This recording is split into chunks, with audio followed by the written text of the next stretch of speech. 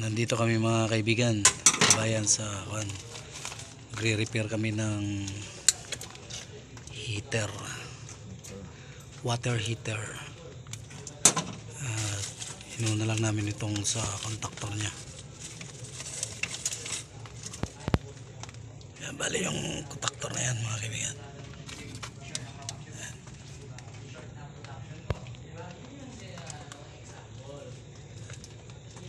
Kasi na-busted yung heater nya.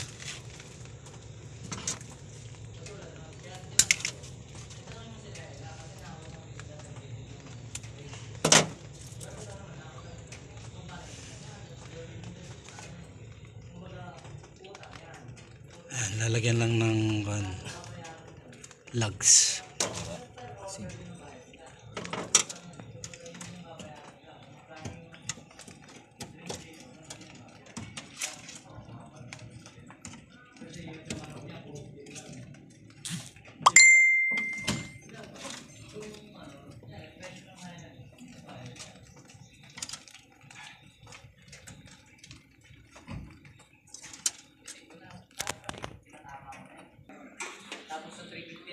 Ito mga kaibigan yung water heater natin. Ayan, 3-phase mga kaibigan.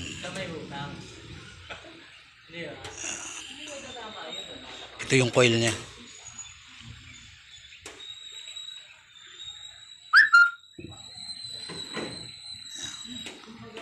Ilalagay natin to dun sa tangke nya.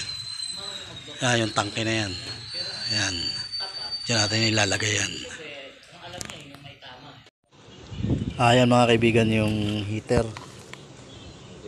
Ayan, naikabit na namin yung heater sa kanyang tangke yan mga kaibigan. Ayan. At yung wire na lang yung ikuha namin, ikakabit at lalagyan muna namin ng lugs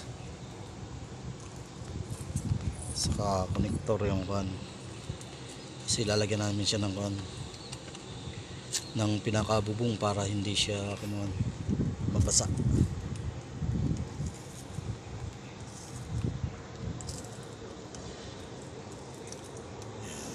3-phase po yan mga kaibigan.